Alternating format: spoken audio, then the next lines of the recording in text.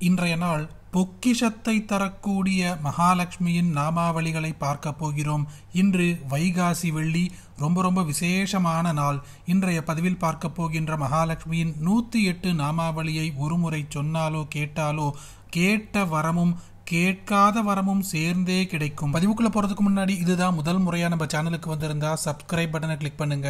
தினந்தோறும் உபயோகமான ஆன்மீக பதிவுகளை பெற நோட்டிபிகேஷன்ல இருக்கிற பெல் ஐகானை கிளிக் பண்ணுங்க. இந்த வீடியோவை லைக் பண்ணுங்க. ஓம் பிரகிருத்யை நமஹ, ஓம் விக்ருத்யை நமஹ, ஓம் வித்யாயை நமஹ, ஓம் சர்வபூதஹித பிரதாயை நமஹ, ஓம் ஸ்ரத்தாயை நமஹ, ஓம் விபூத்யை நமஹ, ஓம் சுரப்யை நமஹ, ஓம் பரமாத்மிகாயை நமஹ, ஓம் வாச்சே நமஹ, ஓம் பத்மாலயாயை நமஹ, ஓம் பத்மாயை நமஹ, ஓம் சுச்சயே நமஹ, ஓம் ஸ்வாஹாயை நமஹ, ஓம் ஸ்வதாயை நமஹ, ஓம் சுதாயை நமஹ, ஓம் தன்யாயை நமஹ, ஓம் ஹிரண்மயை நமஹ, ஓம் லக்ஷ்மியை நமஹ, ஓம் நித்யபுஷ்டாயை நமஹ, ஓம் விபாவர்யை நமஹ, ஓம் அதித்யை நமஹ, ஓம் திதித்யை நமஹ, ஓம் தீப்தாயை நமஹ, ஓம் வசுதாயை நமஹ, ஓம் வசுதாரிண்யை நமஹ, ஓம் கமலாயை நமஹ, ஓம் காந்தாயை நமஹ,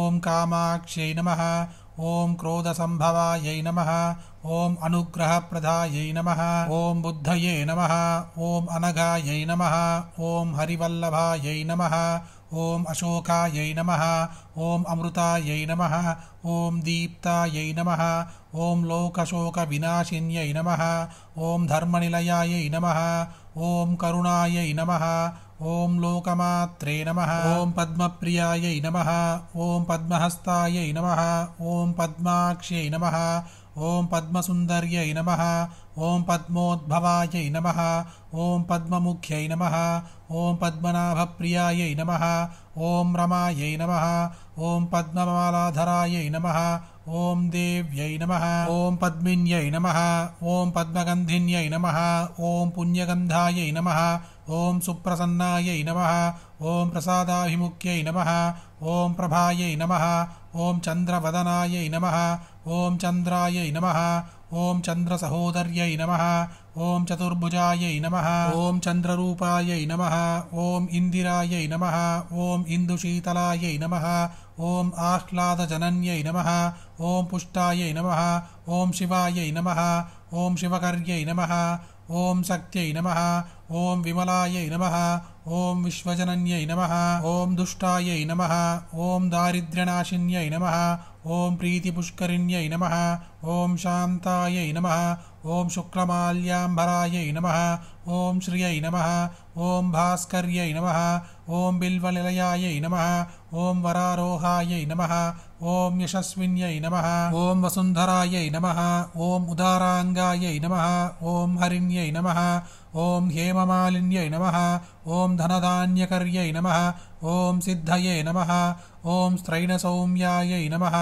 ओम शुभप्रदायै नमः, ओम नृपवेश्मगदानन्दायै नमः, ओम वरलक्ष्म्यै नमः, ओम वसुप्रदायै नमः, ओम शुभायै नमः, ओम हिरण्यप्राकारायै नमः, ओम समुद्रतनयायै नमः, ओम जयायै नमः, ओम मङ्गलादेव्यै नमः, ओम विष्णुवक्षस्थलस्थितायै नमः, ओम विष्णुपत्न्यै नमः, ओम प्रसन्नाक्ष्यै नमः, ओम नारायणसमाश्रितायै नमः, ओम दारिद्र्यध्वंसिन्यै नमः, ओम देव्यै नमः, ओम सर्वोभद्रवारिण्यै नमः, ओम नवदुर्गायै नमः, ओम महाकाल्यै नमः, ओम ब्रह्मविष्णुशिवात्मिकायै नमः, ओम त्रिकालज्ञानसम्पन्नायै नमः, ओम भुवनेश्वर्यै நமஹ.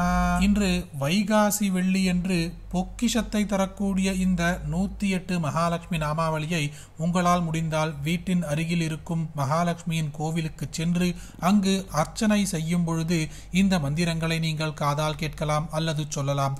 கோவிலுக்கு செல்ல முடியாதவர்கள் வீட்டிலேயே மகாலட்சுமியின் படத்திற்கு முன்பாக அமர்ந்து கொண்டு ஒரு சிறிய கிண்ணத்தில் குங்குமத்தை எடுத்துக்கொண்டு மகாலட்சுமிக்கு அர்ச்சனை செய்வது போல இந்த நாமாவளிகளை சொல்ல சொல்ல குங்குமத்தை ஒரு தட்டில் போட்டுக்கொண்டே வரலாம்.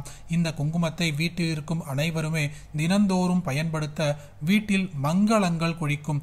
அதோடு கேட்ட வரமும் கேட்காத வரமும் சேர்ந்தே கொடுப்பாள் அந்த மகாலட்சுமி. இன்று அனைவருமே கட்டாயம் தெரிந்து கொள்ள வேண்டிய இந்த பதிவை உங்களுக்கு தெரிஞ்ச எல்லாருக்குமே பகிருங்க. இந்த வீடியோவை லைக் பண்ணுங்க. நாளைக்கு மற்றொரு பதிவில் சந்திப்போம். ஹரி ஓம் மகாபிரியவா போற்றி.